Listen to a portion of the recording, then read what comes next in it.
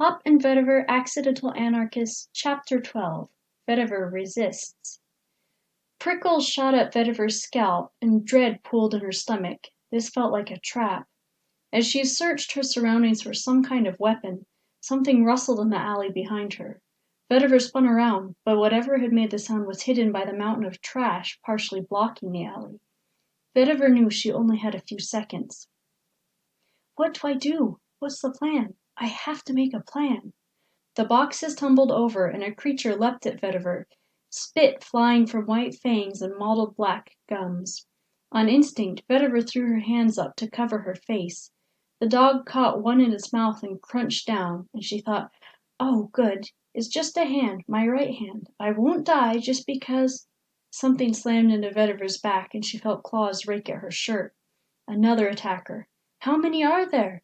Doesn't matter, she realized. One of them could kill me just as easy as 10 could. And then she pitched forward.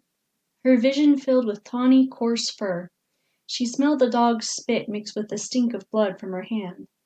If I don't do something, I'll die. The dog in front of her dragged her down while the other one snapped at her ankles, trying to immobilize her. Vetiver grabbed her own wrist close to the dog's locked jaws and heaved her attacker in a wide arc, lifting it from the ground and using his body to smash the other dog, a Malamute, into the brick wall behind her. The dogs compressed, then sprang apart. The yellow animal lost its grip on Vetiver's arm, and she sprang into the air as high as she could.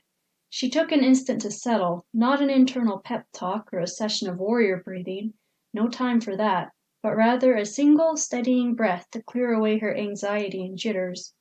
She latched on to the place in her where no fear lived, no caution, only the lust to destroy and the knowledge that she was uniquely capable of destruction. Vetiver flipped, giving her jump more downward momentum, and flicked her leg up so high her knee came close to hitting her nose. As she neared the ground, she struck down with her heel. Her body weight and inertia collided squarely with the yellow dog's head, smashing through fur and bone and brain and bone and fur, disintegrating a whole into its constituent parts. More dogs flooded into the alley, but Vetiver wasn't concerned. Her kicks were explosive, her grip was steel, her hands and elbows were iron. She kicked a brindle pit bull so hard his teeth flew like missiles into another dog. Though she didn't notice it, her hand knit back together as she fought. If she stabbed her fingers into a dog's eye socket, its brain would splurt out the other, she found. Then she realized she didn't even have to touch them. 2 fingers of her extended left hand point and focus on a dog. Bam! Heads detonated. She had always wondered what psionic power was like, and now she reveled in it. No more dogs came into the alley. One actually tried to run away. No, you don't. Vetiver was merciless. She was justice. She chased a mixed breed into the street and lifted it up and clapped her hands together and shattered it with psionic power, and then only one enemy was left. A dingy gray mutt had followed her from the alley. It swayed side to side, testing her. Vetiver felt her confidence shift from center, not from the animal's mangy fur or mindless drool or malignant empty eyes, but from its grin. No dog grinned that wide. An art critic would complain about it, accuse the artists of taking too much creative license with that enormous smile. But it was real. Vetiver took a step toward the dog. Always act, never react. Reaction takes too long. She focused psionic energy between its eyes, made her hand into a gun, and shot. Bam! Dust puffed from the dog's head, but the flesh didn't tear. Panic flooded back into Vetiver's veins. Bam! But this one was even weaker than the first shot, and the dog stepped forward. The street was wide enough. She could run away. With psionic power, Vetiver could run inhumanly fast, and the dog looked old, but she couldn't break its gaze. Vetiver stepped toward the dog and reached out, slowly, to touch its head. Maybe it's just trying to psych me out. Her hand wavered above the dirty gray fur. The dog didn't move. Vetiver slapped her hand down, cupping the animal's matted skull, intending to cleave its brain with psionic energy. Instead, waves of pain swept up her arm, turning her muscles into aching, unresponsive jelly. Vetiver couldn't let go. It felt like she was trapped clean to an electric current. Her hand and arm wouldn't obey her brain's command to let go, run away. Red pulp narrowed the edges of Vetiver's vision. She tried to summon up some psionic power for one more attack, but there was no fight left, only fear. Had it been anywhere but Hysteria Descent, Vetiver would have died, but Hop's home was an odd place. The pavement under the Grey Dog was hollow, like so many other sidewalks in the town. Mold and lack of maintenance had weakened the concrete pillars holding up the walkway. The dog's weight just happened to be the breaking point. Vetiver's hand tugged forward, then the energy tethering her to the dog vanished and she lurched back.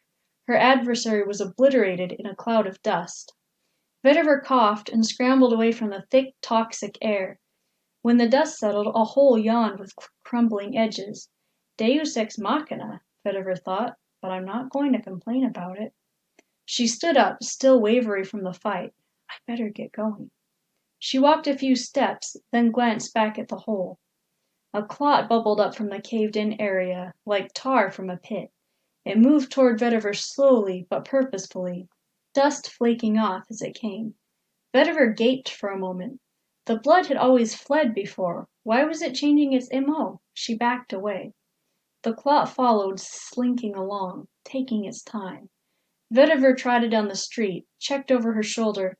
Was it gaining momentum? And tripped over an abandoned shoe lying in the road. She scrambled up.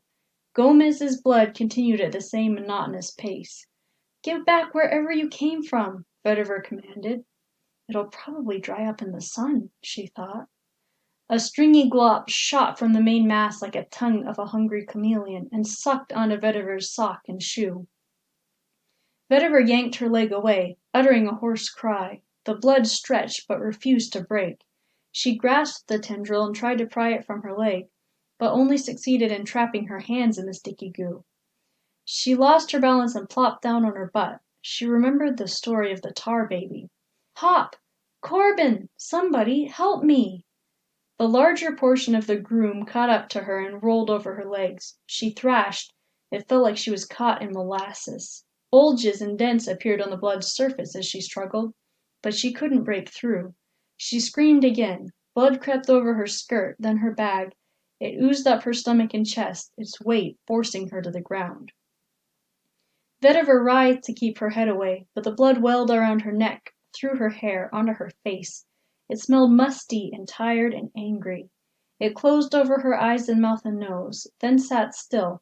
All of its suffocating weight settled on Vetiver's body. With the exception of her right arm, she was completely engulfed. She pummeled the ground with her free appendage. Her fingernails caught and tore.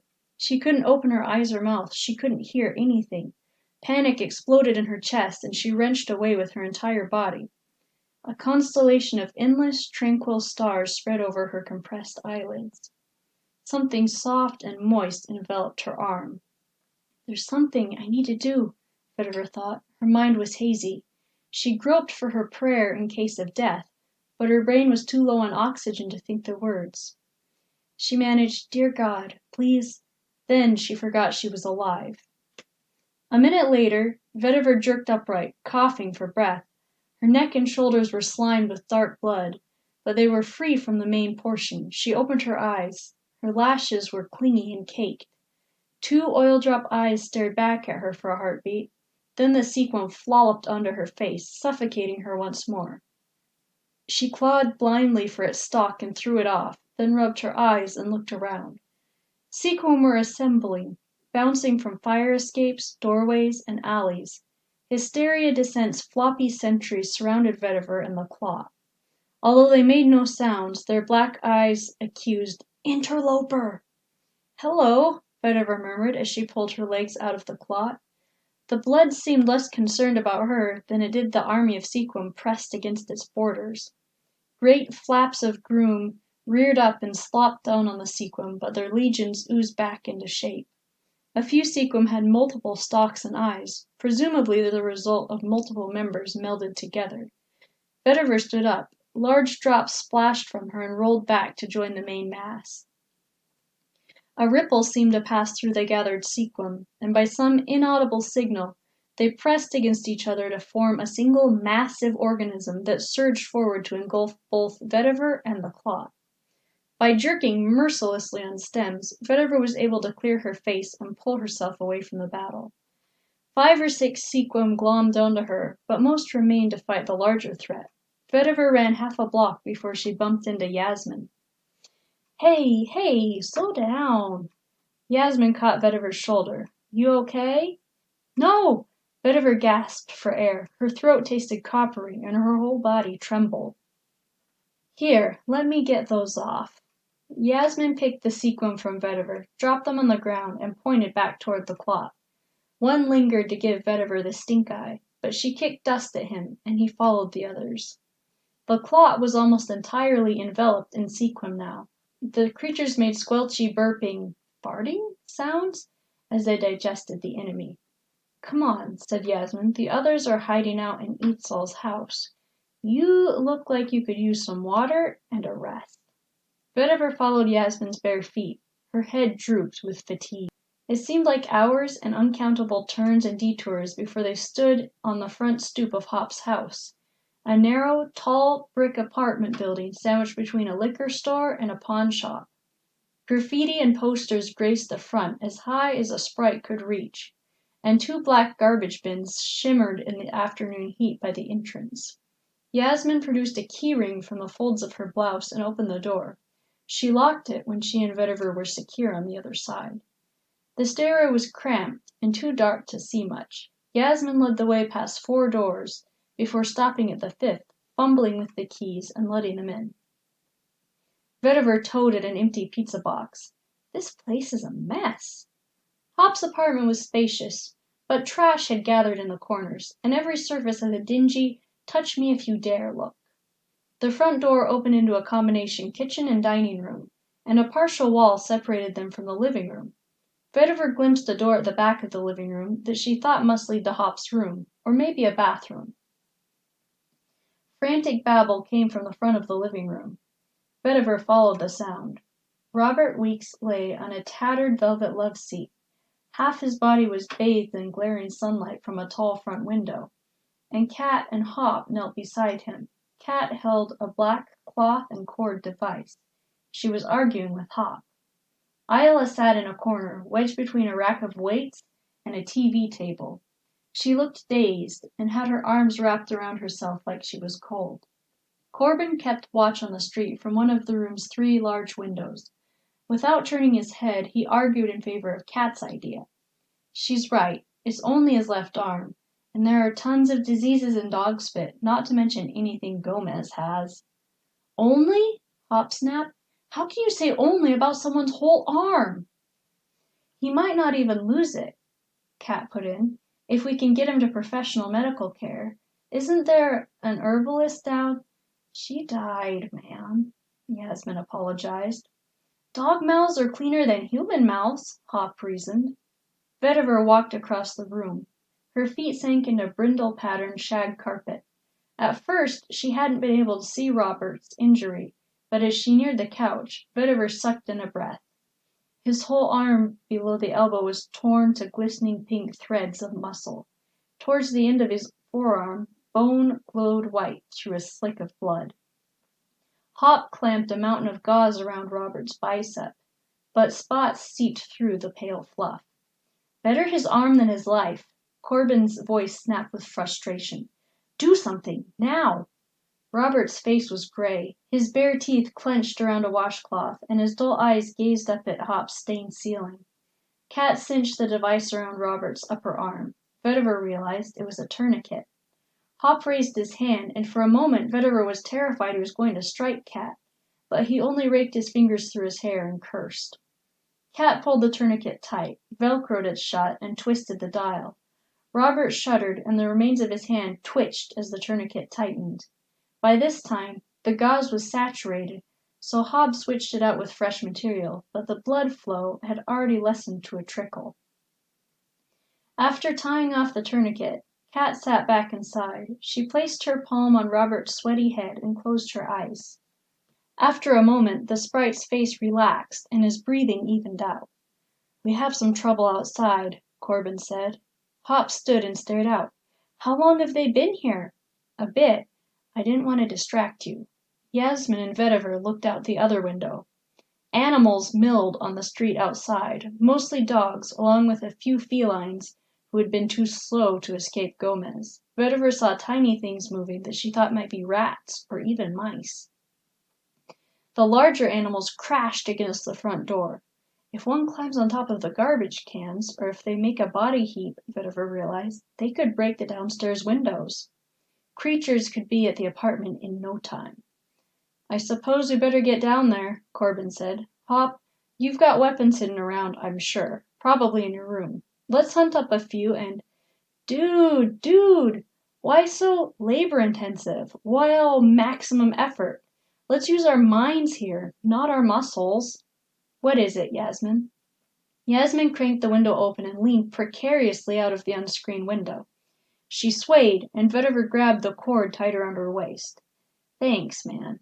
Now, the good thing, one of many good things about this town, is the infrastructure. It's rubbish.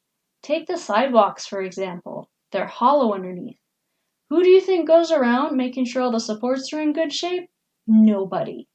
Yasmin made a flattening gesture with her hand. Below them, the ground rumbled. The building shook. Vetiver looked down to see a black ditch, a block long, filled with twisted, broken bodies. Smaller animals who had been swarming in the street crept forward, sniffing at the gap. Another serious deal is the tiled roofs. Bats and things get in there and build nests. And again, who inspects? Yasmin swept her arm through the air, and the roof of the building across the street came alive with cascading clay tiles.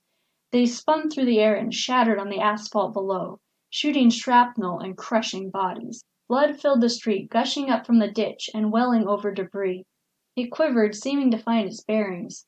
Then most of it swam uphill, away from the apartment complex, while a smaller clot gathered itself together and closed in on the building. Vetiver lost sight of it, but Yasmin bent even farther out of the window and reported, "It's spreading on the bricks. I think it intends to climb all the way up here. There are plenty of unsealed windows it could sneak into." "And you have a plan for this?" Corbin asked. He sounded more curious than frightened. "Yep." Yasmin shot him a sleepy grin. "Check this out." A flock of sequin chased the larger blood slick back down the street. The flock had combined into a super sequin, with thousands of eyes peppering the doughy lump. A company of them separated and flung themselves on the wall in pursuit of the smaller groom. Their flopping outpaced the clot's upward ooze in minutes. On the ground, the main clot jiggled as sequin swarmed over and around it. Yasmin closed the window. "Would anyone like a cold drink?" Corbin, Hop, and Vetiver nodded. Kat raised one finger, without opening her eyes. "Where are you going to find one, though?" Corbin asked. "It's about 1,000,000,000 degrees in here." Yasmin led them to the kitchen. She opened the refrigerator and handed out cans of fizzy drink. "There may not be any sidewalk or roofing inspectors around here," she said, "but I made sure everything kept running in here for when you got back, eats all." "Show off," Corbin joked. "Yeah." Vetiver took a can for herself, as well as one for Kat and one for Isla. Robert's sister hadn't asked for anything to drink, but she pulled the tab and took a sip, which Vetiver thought was a good sign. Kat opened hers with one hand and drank without opening her eyes or moving the other hand from Robert's head. The injured sprite appeared to be sleeping. His arm was already beginning to smell bad in the heat. Corbin, Hop, and Yasmin remained in the kitchen, talking. The living room was quiet and still.